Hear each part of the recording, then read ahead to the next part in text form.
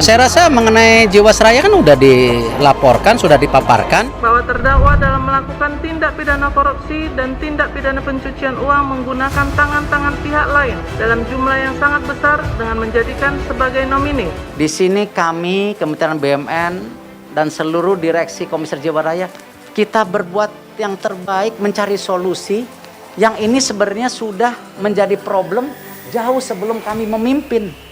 Saya mendapatkan kesempatan sejarah untuk menyampaikan tentang fakta dan kebenaran berkaitan dengan kasus terutama yang dikaitkan kepada SBY dan Partai Demokrat yang sesungguhnya ya Allah harus kami sampaikan semua itu adalah fitnah belaka. Insya Allah lah aset dia masing-masing kita akan kejar terus. Yang sudah diambil untuk Jiwasraya tidak bisa diserahkan lagi kan untuk iya, ya pasti akan kita kejar kemana.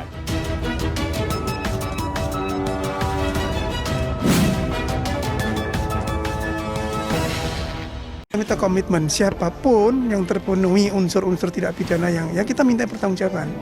Jadi tidak terbatas pada si A, si B, pihak siapa saja.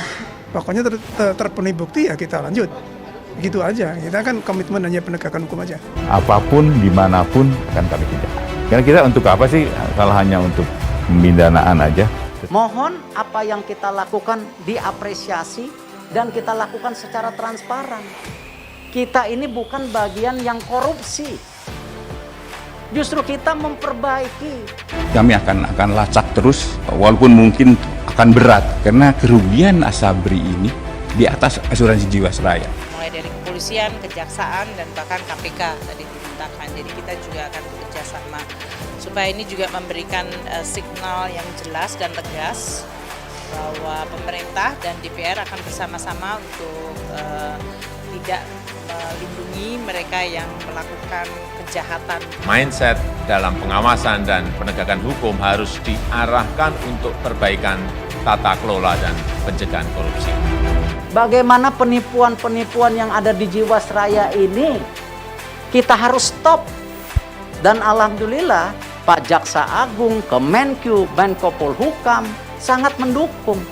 Tidak mungkin kita melakukan tadi perbaikan Jiwasraya tanpa dukungan politik. Berkaitan dengan pengumuman penegakan hukum kasus Jiwasraya oleh Kejaksaan Agung, OJK telah sejak awal turut dalam proses melalui penyediaan data, informasi, dan asistensi. Serta OJK tetap akan mendukung proses penegakan hukum yang dilakukan.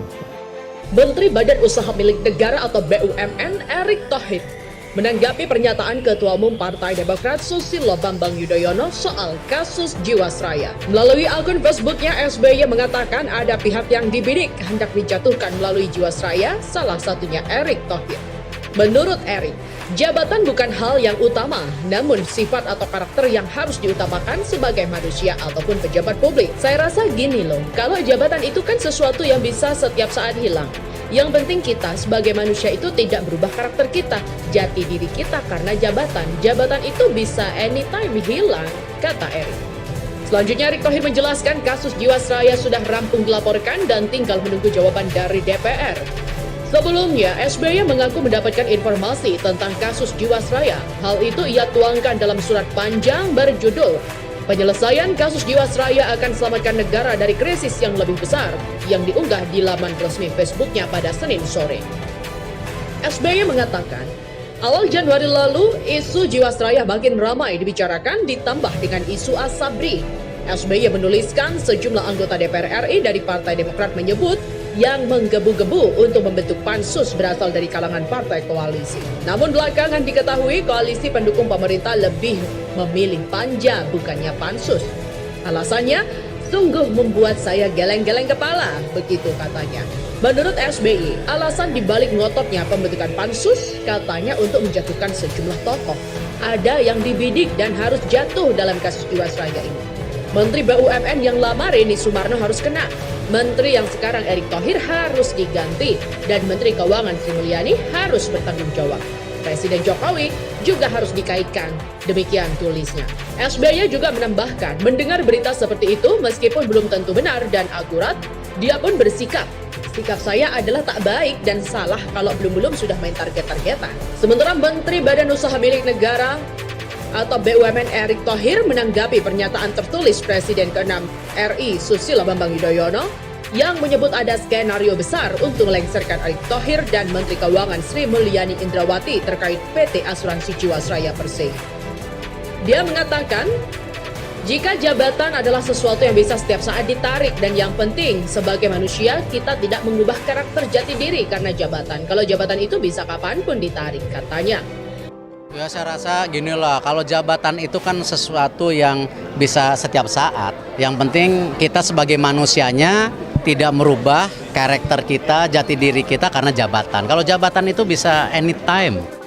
Sebelumnya SBY mengatakan mendapatkan kabar ada skenario besar tentang pelengseran kedua menteri tersebut melalui dibentuknya panitia khusus atau Pansus DPR penyelesaian skandal Jiwasraya. Namun saat ini Pansus dialihkan menjadi panitia kerja atau Panja DPR, dan ketika digali lebih jauh lagi, mengapa ada pihak yang semula ingin ada Pansus dia lebih terperanjat lagi? Alasannya sungguh membuat dia itu geleng kepala. Katanya untuk menjatuhkan sejumlah tokoh, ada yang dibidik dan harus jatuh dalam kasus Jiwasraya ini. Menteri BUMN yang lama Rini Sumarno juga harus kena dan Menteri Erick Thohir harus diganti. Menteri Keuangan Sri Mulyani juga harus bertanggung jawab. Dan Presiden Jokowi juga harus dikaitkan ini. Meski tidak terlalu meyakini kebenaran kabar tersebut, SBY menyatakan sikapnya mendukung pemerintahan Presiden Joko Widodo yang belum genap setahun untuk terus bekerja. Alasan lainnya adalah karena SBY mengenal baik ketiga sosok tersebut sebagai orang yang berkompeten dan bekerja keras. Sehingga SBY menghimbau kepada seluruh kader Partai Demokrat yang duduk di kursi DPR untuk tidak berpikiran melengsarkan menteri-menteri Jokowi. Dia juga menjelaskan orang yang setingkat presiden sangat mungkin untuk tidak mengetahui adanya penyimpangan pada tubuh Jiwasraya. Sehingga menurutnya jangan pernah memvonis orang lain sebelum terbukti secara hukum bersalah. Menteri Badan Usaha Milik Negara Erick Thohir menganggap teror dan ancaman yang menghampirinya terkait semakin memanasnya kasus Jiwasraya dan Asabri sudah menjadi hal lumrah dan juga biasa. Erick mengatakan bahwa ancaman dan teror yang terus-menerus menghampirinya berbagai macam jenisnya, namun dirinya tak gentar dan menyerahkan semua itu kepada Tuhan Yang Maha Esa.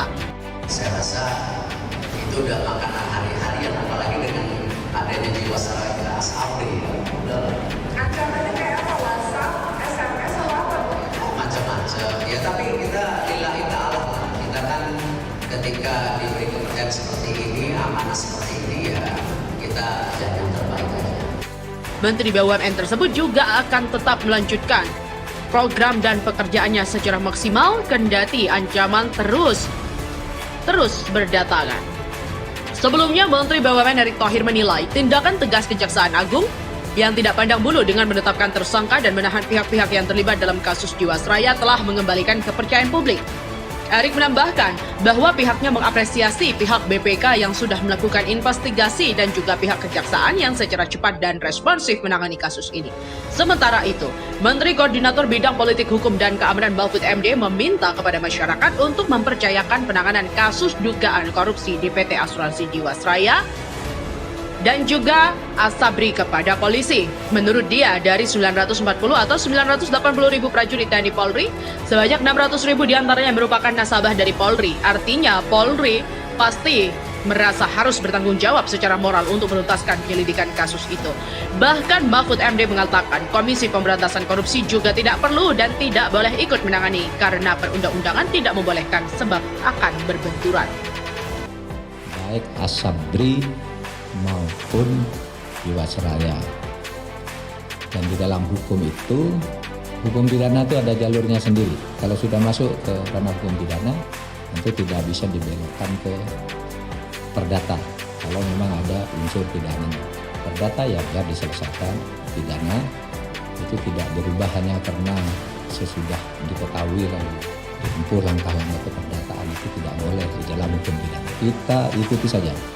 Saya rasa gini loh, kalau jabatan itu kan sesuatu yang bisa setiap saat hilang. Yang penting kita sebagai manusia itu tidak berubah karakter kita, jati diri kita karena jabatan. Jabatan itu bisa anytime hilang, kata Erick. Selanjutnya Erick Thohir menjelaskan kasus Jiwasraya sudah rampung dilaporkan dan tinggal menunggu jawaban dari DPR. Sebelumnya, SBY mengaku mendapatkan informasi tentang kasus Jiwasraya. Hal itu ia tuangkan dalam surat panjang berjudul "Penyelesaian kasus Jiwasraya akan selamatkan negara dari krisis yang lebih besar" yang diunggah di laman resmi Facebooknya pada Senin sore. SBY mengatakan, awal Januari lalu, isu Jiwasraya makin ramai dibicarakan ditambah dengan isu Asabri. SBY menuliskan sejumlah anggota DPR RI dari Partai Demokrat menyebut yang menggebu-gebu untuk membentuk pansus berasal dari kalangan partai koalisi. Namun belakangan diketahui koalisi pendukung pemerintah lebih memilih panja bukannya pansus. Alasannya, sungguh membuat saya geleng-geleng kepala, begitu katanya. Menurut SBY, alasan dibalik ngototnya pembentukan pansus katanya untuk menjatuhkan sejumlah tokoh.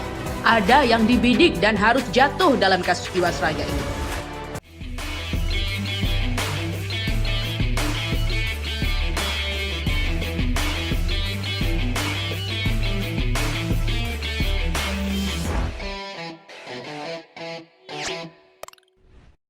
Jangan lupa untuk subscribe dan nyalakan lonceng notifikasinya.